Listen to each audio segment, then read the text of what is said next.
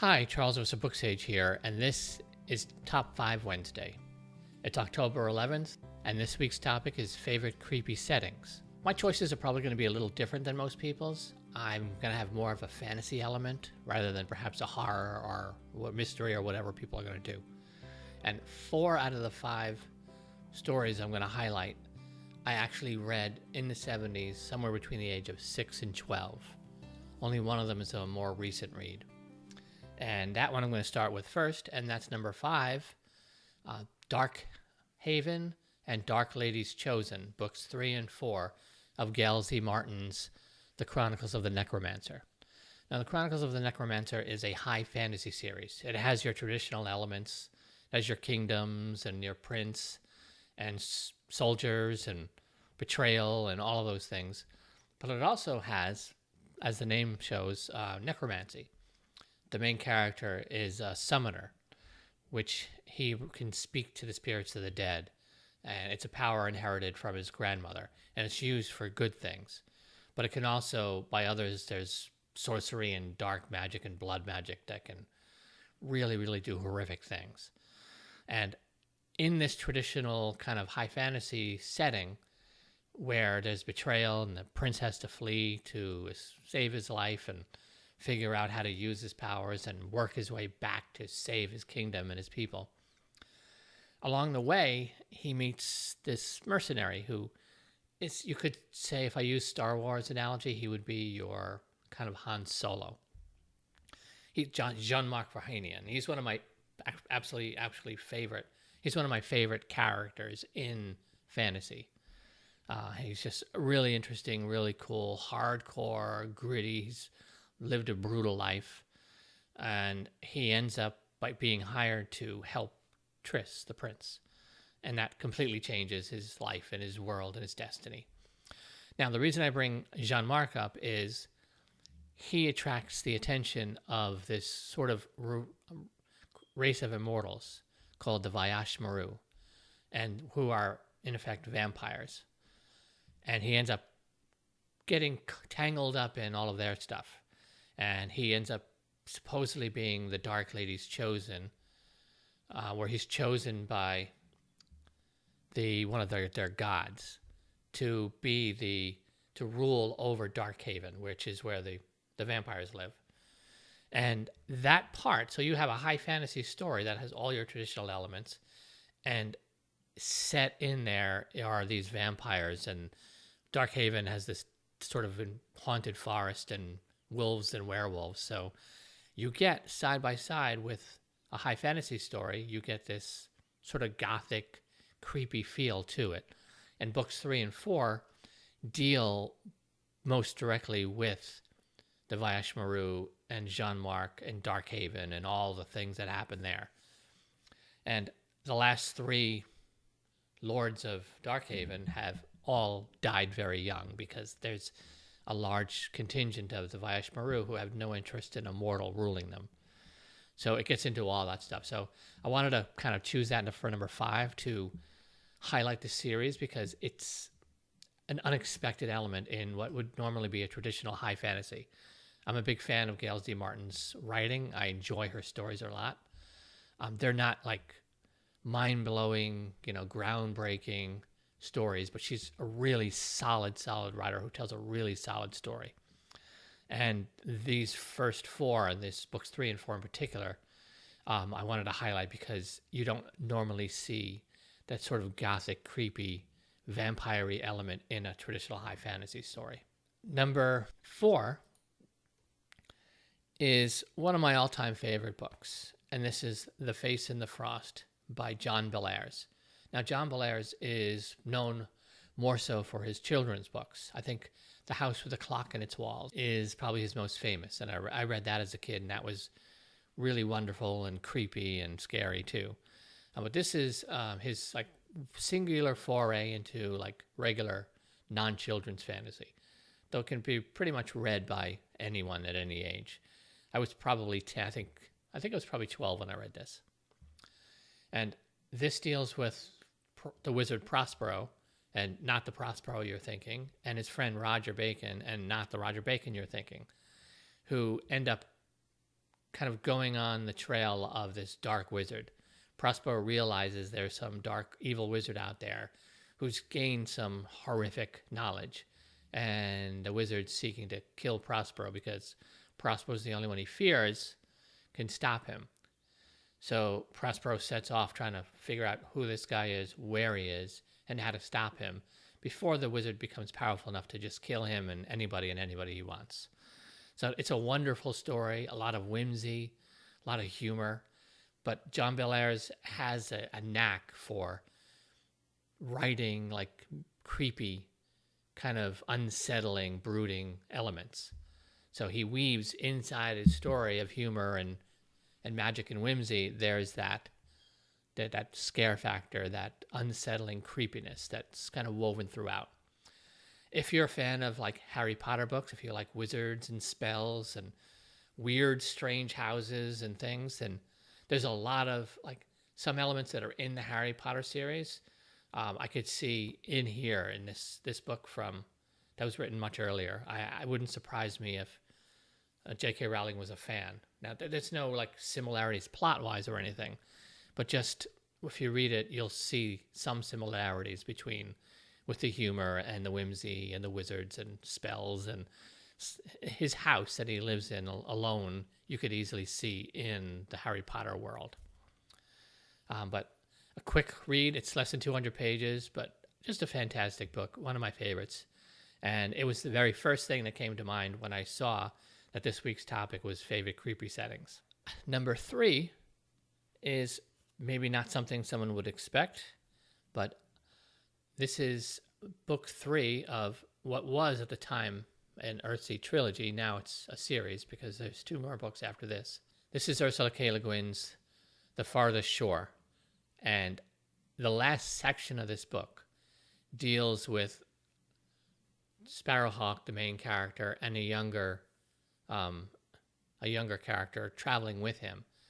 And there's been a similar theme that there's been some sort of wizard out there who has stumbled across this really dark power. And he's calling like the spirits of the dead to him. And he's trying to make himself immortal. And Sparrowhawk goes on this journey.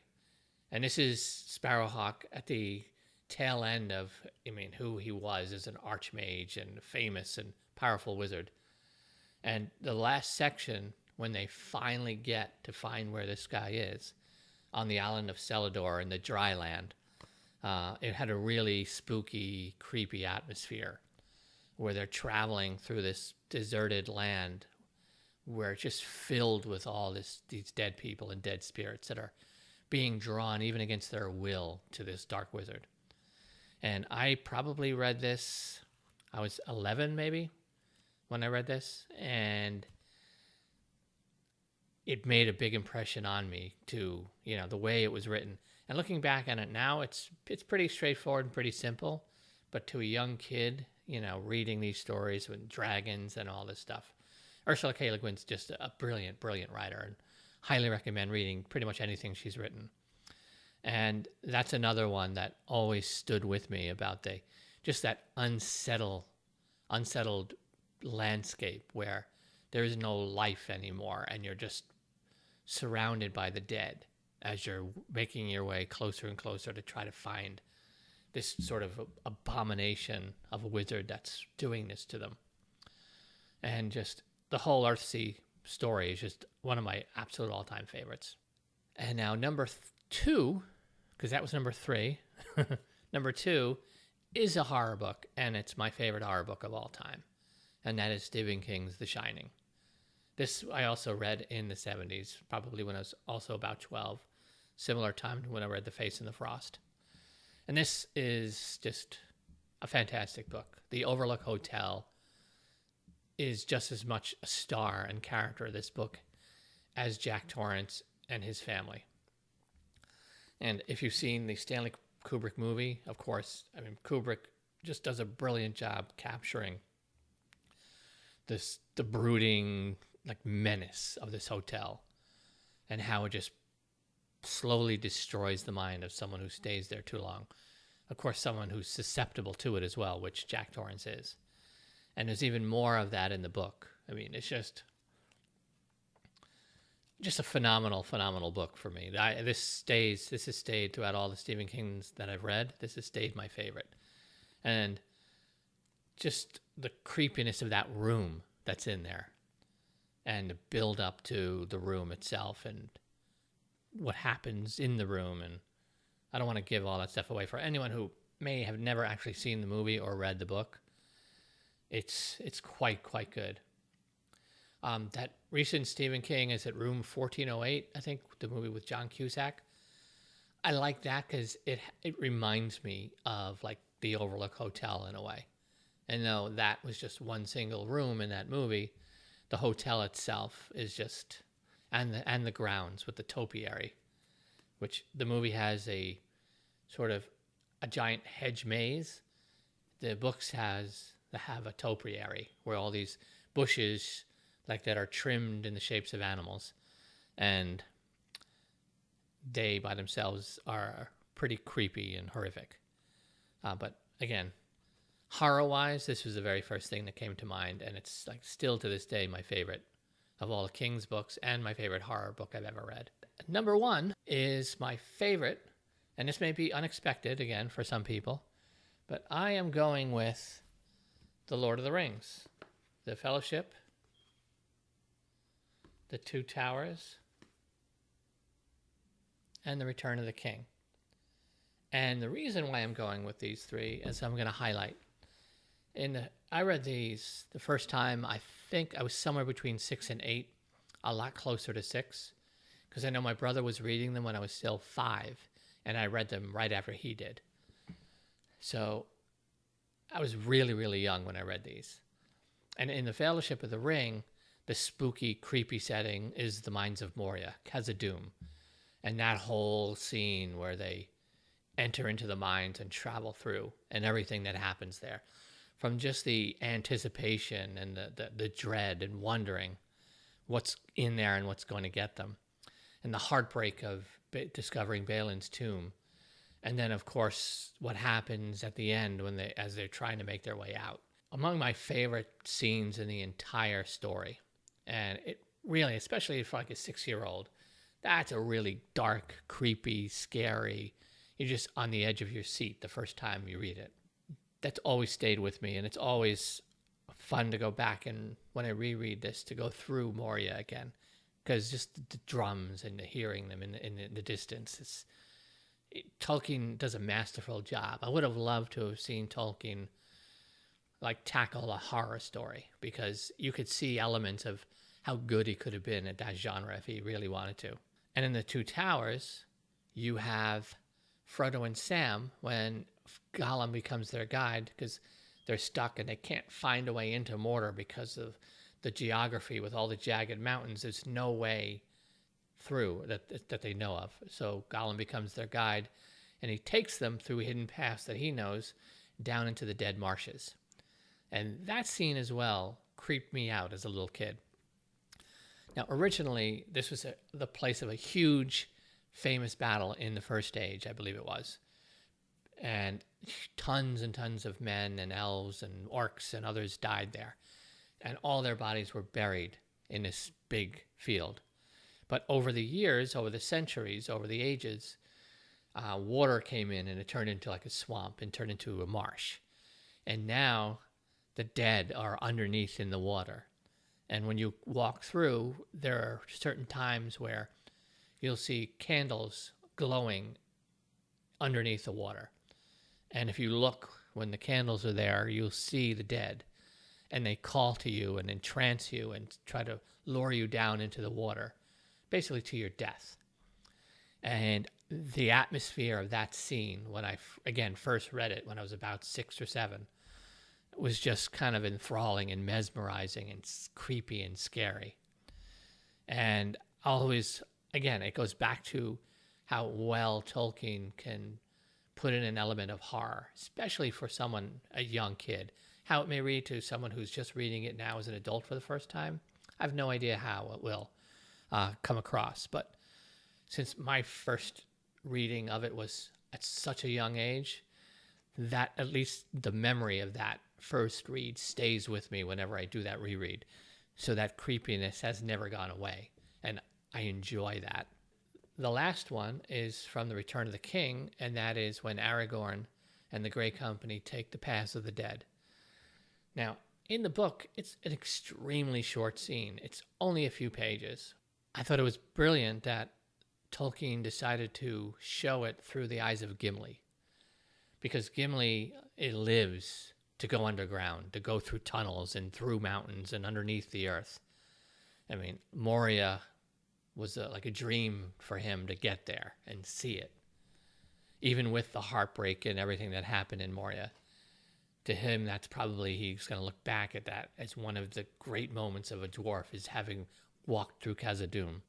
In this scene, Gimli is afraid to go through that door and go under the mountain. And having him fear it made the scene, for me as a little kid, all the more terrifying, even though it's really only a few short pages where they're in there. But just the description of his building, the fear and the dread building and building and building, and that he can hear the whispers of the dead all around them, and that the pathway back is blocked by all the spirits of the dead, like coming up behind them.